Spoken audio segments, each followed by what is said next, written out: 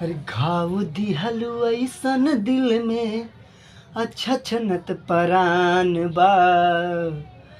अंतिम मिलन के जानू बड़ी अरमान बा।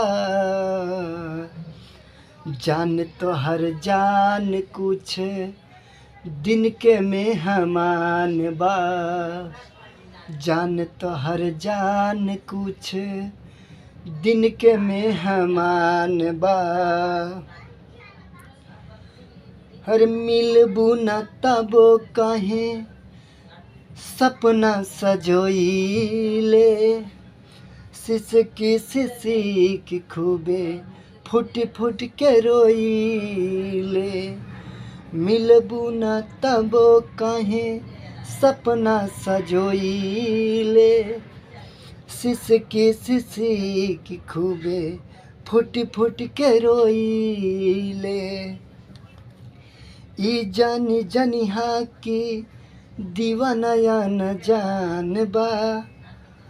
जाना तानी मौत ही अब अंतिम निधान बा। जान तो हर जान कुछ दिन के मेहमान बा। जान तो हर जान कुछ दिन के मेहमान बा। हर बैदा कहेला फायदा करी ना दवाई।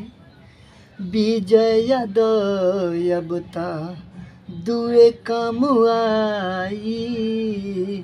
हर बैदा कहेला फायदा करी ना दवाई।